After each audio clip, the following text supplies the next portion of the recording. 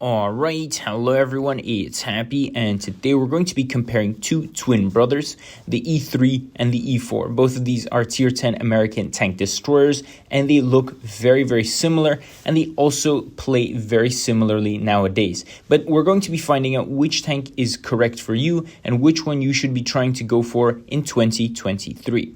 Now, the E4 has a turret, and the E3 doesn't. So this is going to be one of the biggest differences between both of these tanks. Having a turret is always good.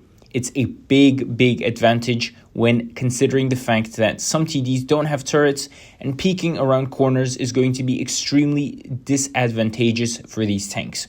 Now, when we compare the E4 and the E3 is going to have more penetration than the E4.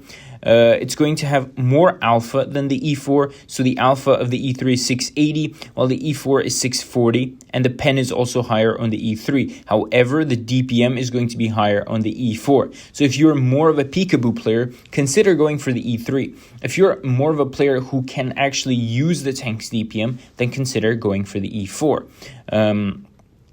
Apart from these changes, we also have the weapon handling. Surprisingly, the E3 actually has better weapon handling by a little bit, but still, it's still going to be better. In terms of the weapon handling, you can almost call these tanks very similar, but the E3 has a slight advantage. And then when it comes to mobility, of course, again, they're super similar.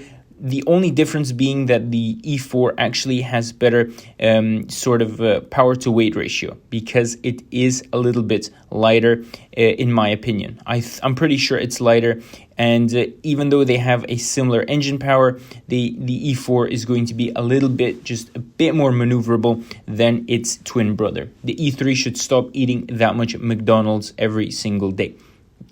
Now, apart from that, what is going to be the main difference? And that is definitely going to be the armor. The E3 will definitely have much better armor than that of the E4. But keep in mind, the E4 has a turret, while also having very good armor as of the recent updates. So the E4 is a very close competition to the E3 nowadays when it comes to the armor.